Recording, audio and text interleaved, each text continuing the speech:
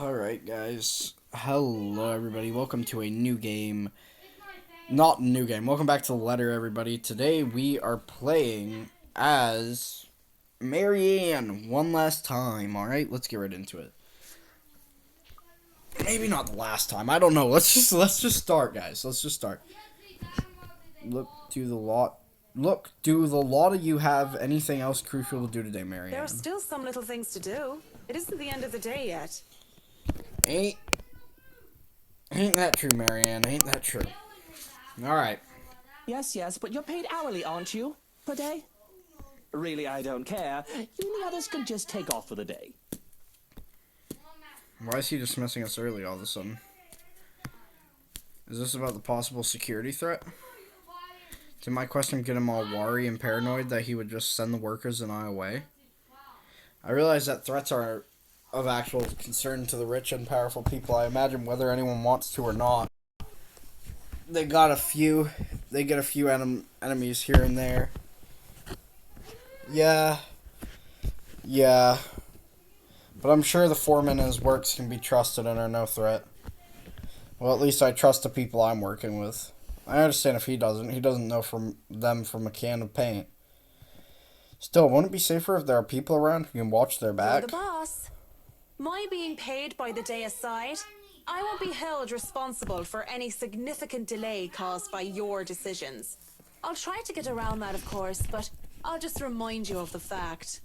Yeah, Luke. Whatever. Take forever with the house. I don't give a bloody damn.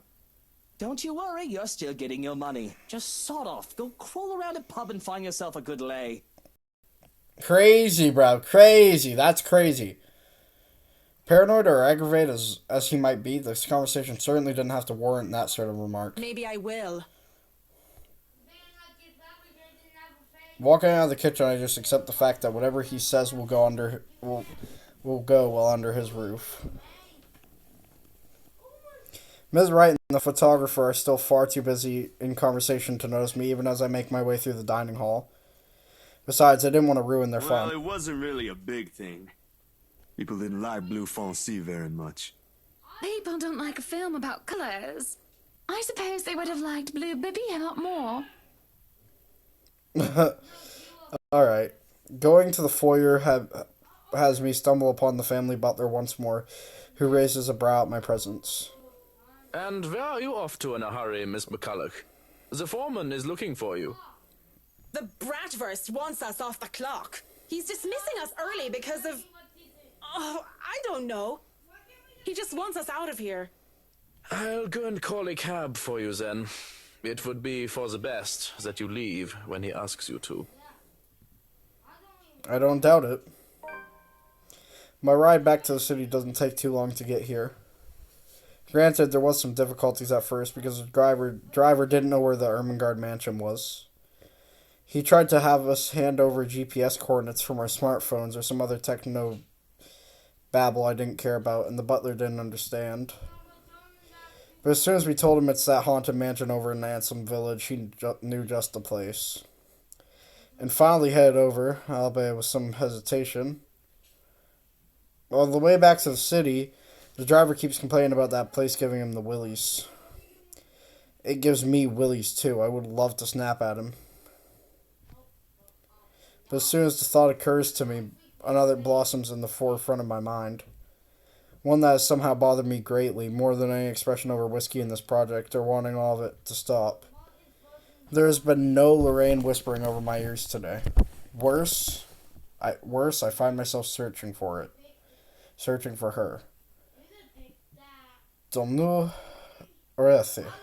Loose ends. Effing bloody loose ends everywhere. I thought I've already moved past this years ago.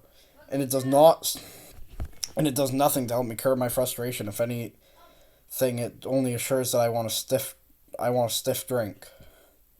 And where else do I go to drink? Tuesdays are for karaoke and Wednesdays, improv. Usually it's these four guys who did hilarious games. The one with Irish drinking songs are always a crowd favorite. Though I love a good laugh, stand-up comedy isn't my thing. And without Cam or Harana, or any other distractions, I end up drinking a lot more this time. And when there's several bottles of beer in me, I get really, really embarrassing. Hey! G! Psst! G, come over here. I need you for something.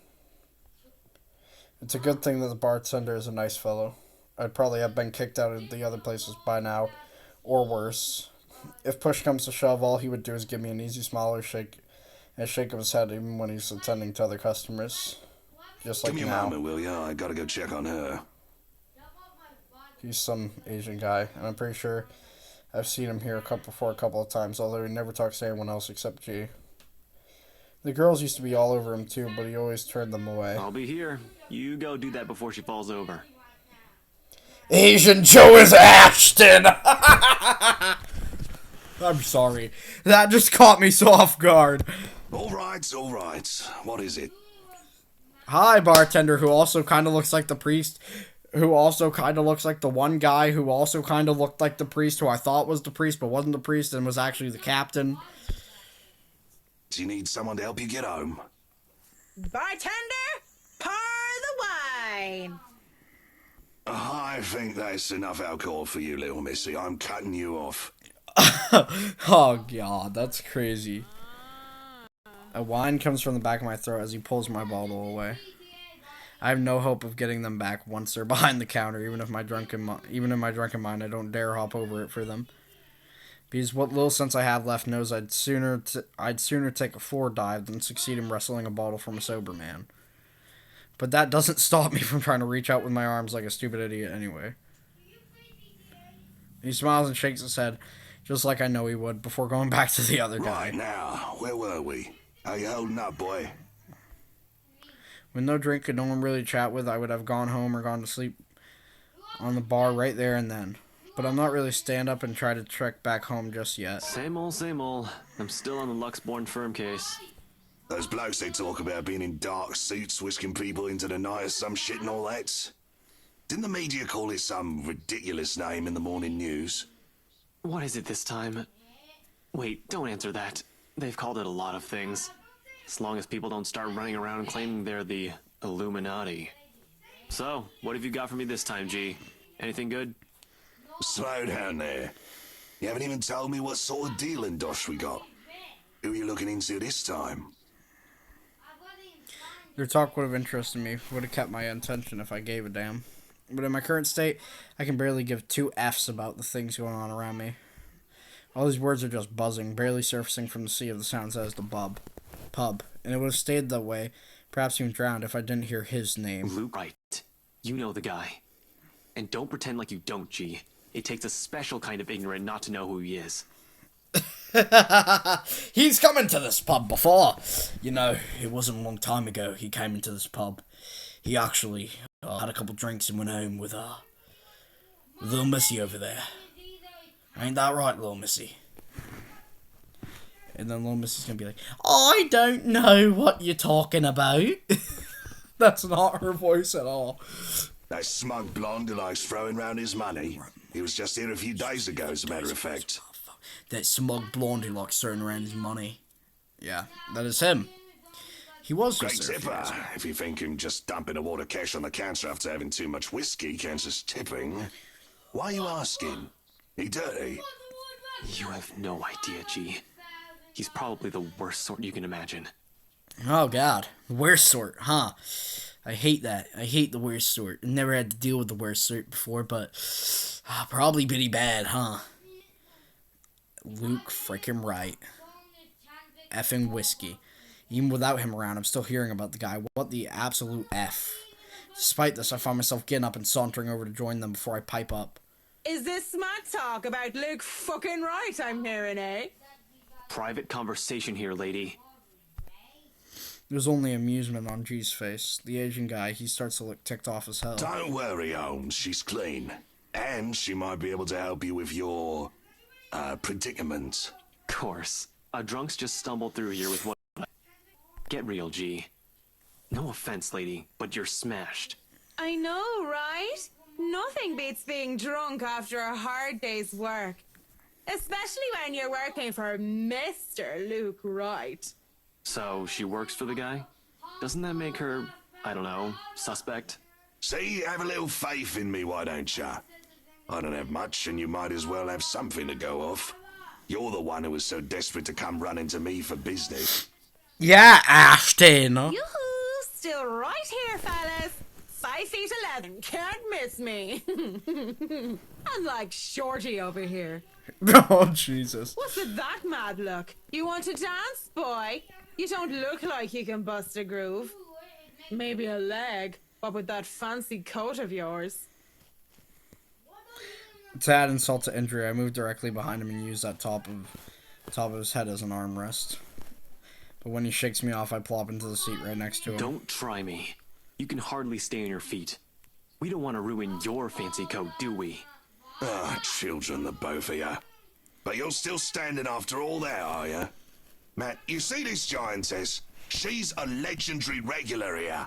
Been treating like there's no tomorrow. I'm a bit jealous. Can't do that anymore or my liver will give out on me. Same with Luke's, but he still does it. Good with the mic, too.